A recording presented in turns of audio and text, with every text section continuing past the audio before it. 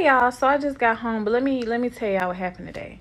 So long story short, me and one of my men was supposed to hang out all day today. He was like, I'm gonna take you out for breakfast and we just gonna chill the whole day. I'm like, okay, cool. So breakfast time come up and he texts me, he was like, look, last minute my mama hit me up and she need me to help her move, so we gonna have to get with each other later on today. I'm like, okay, fine. So I go ahead and do my hair, my makeup, and I tell my sister, I'm like, look, let's just go ahead and get something to eat and something to drink while I'm waiting on this dude to hit me up and let me know what he want to do. So we get to the restaurant, y'all. One of my biggest fears is to see one of my men out with another female. And I know you're like, why would you care? You know what I'm saying? You talk to multiple people, why he can't? That's not the point. You can't do what I do. But anyway, I get to the restaurant, y'all, and it happened. I see him, the one that I was supposed to meet up with, in the restaurant with not no regular female, but with his baby mama, the same one that just give him the hardest time getting his son, so he say, the same one that make his life a living hell. Y'all out together. Y'all ain't got the baby, so that means y'all out on a date, right? So my first instinct when I seen him is to go up to him and tell him about himself, but I don't do that because I don't never let no man know that he got me bothered, that he got me mad, none of that, because you're not finna have that kind of control over me, right? So what I do is I call the one that I told him is my brother, the one that I told him, you know what I'm saying, we got the same daddy basically. I call him up and I tell him, look, I ain't seen you in a minute. You know, we haven't hung out in forever. I'm at a restaurant by your house. Go on, let me know what you want to eat and drink so by the time you get here, the food can be ready. So he come. And of course, when I told him it was my brother, I was lying. But anyway, he come. He sit down. I don't even kiss me in public. But I give him a kiss because I want to let him know, bitch, you played with me too much. So, y'all, before the man even got there, the whole time, he didn't text me that one time trying to explain himself, nothing. But when the dude get there, that's when he want to come texting me. He was like, you a low down bitch. You had me playing the game with this man. You told me that was your brother and you fucking with him. And I tell him, oh, and I thought you and your baby mama wasn't together. So he's trying to let me know they discussing something about the child, all that. Look, I don't give a damn. I don't care what you're doing. You woulda, and you told me that you was helping your mama. If you was discussing something about the baby, you wouldn't have lied like you was with your mama. But long story short, you know, he's still texting me, calling me, telling me I'm a low down bitch. But don't play with me. Don't play with me. And then I'm mad because you had me waiting the whole day to eat and you out eating. The worst types of teachers are the ones that wish they were still in high school. My teacher literally landed me in a psychiatric hospital. Okay, so boom. In high school, I was visibly, like, it was obvious I was going through a really bad eating disorder. And the older I got, the worse it became. By the time I reached my senior year, I was literally stick and bone. I would put in a reference picture, but I'm not trying to trigger anyone, so it was a well-known fact that I was going through this eating disorder because I was very open about it, and you know, you could literally see it in your face. So I had a problem with my math teacher.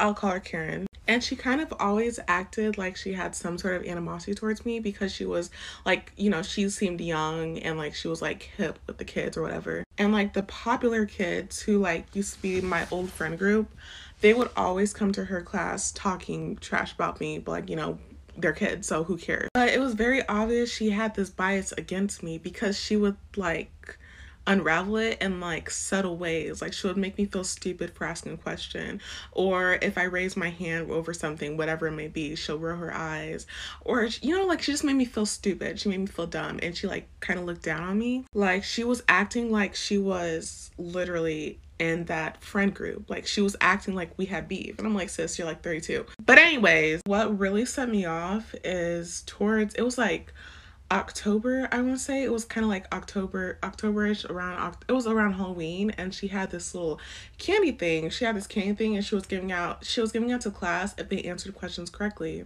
And around that time, I was finally recovering, and I was like, okay, like candy wouldn't hurt, because I wouldn't buy it on my own, so like I just wanted some candy.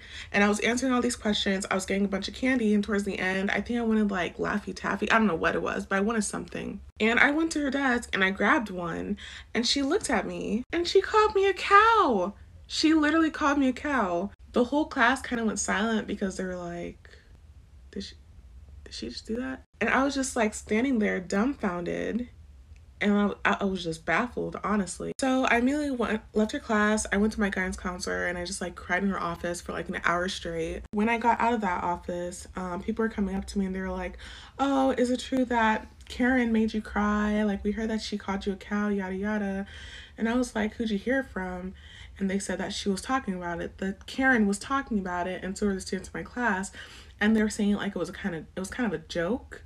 And I feel like she did that intentionally. She could see that I was obviously going through it, and she was poking fun at me. So I went home that day, and my mental state was so bad, I literally went to a psychotic breakdown. I was put in the psychiatric hospital for 2 weeks, and I relapsed on my eating disorder that I'm still struggling with. So Karen, if you're watching this, fuck you. When I tell you I've lived like 5 lives, I have so many stories, but there's this one situation I want to talk about. I remember I used to have like this group of friends or whatever. We was all hanging out and the topic of vaginal health came up. And, I was way ahead of my time at the time. And, she used Summer's Eve and, the other two in the group were guys.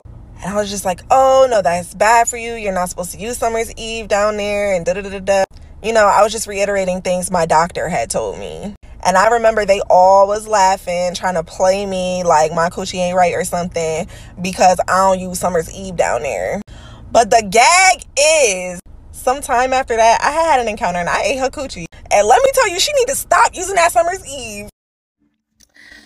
Put a finger down if you start dealing with a D1 athlete and you weren't trying to take him serious at first, but then you end up taking him serious, and then fast forward, you end up spending the night in his house, you do, and you fall asleep, you wake up the next morning, and you wake up to him arguing with his ex on the phone, and then you just listen to the conversation, and it's about an abortion.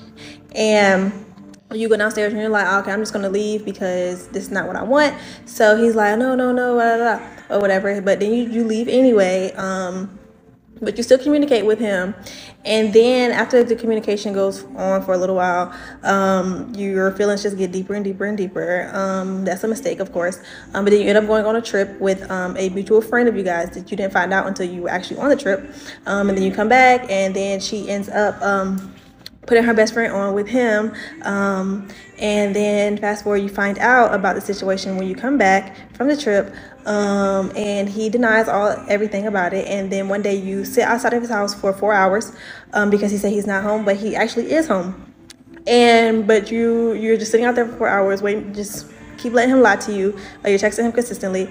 And then his roommate sees your car sitting outside, and he runs inside the house, tells him that you're outside the house. And then you get a phone call, can you go to the store for me, da-da-da. And you're like, sure, whatever, but you never actually leave. You just wait around the corner to watch him run out of the house with your old friend's best friend. And then fast forward, you kind of cut him off a little bit, but then you're still dealing with him, of course. I don't know, why not? And so then you help him pack up his house because the lease is up on his house. You help him pack up his house, but he doesn't find a new apartment. And then you let him move in with you. And while he's living with you, he lies to you and says he's going to go visit his little brother back home for graduation. And you find out that's all a lie, because then you wake up the next morning from him leaving your house to get on the airplane, tells you he loves you, all that. But then anyway, you wake up the next morning from him leaving your house, and come to find out he's in Cancun with the ex-girlfriend that you caught him with the first time. But apparently that's not his ex-girlfriend, that's been his girlfriend. And yes, he's still dealing with my old friend's best friend, but he's lying and saying that he's not dealing with her. And then you make a fake page and pretend to be who the girl is, and expose everybody and everything. And then he says that he hates you and he never wants to speak to you again. But then he ends up becoming really close friends to your brothers. So you just can't get rid of him. Then he actually ends up moving across the street from you, in almost the same apartment complex. Almost, not the same, but really literally across the street. So you just can't get rid of him, and you always see him. So there's that.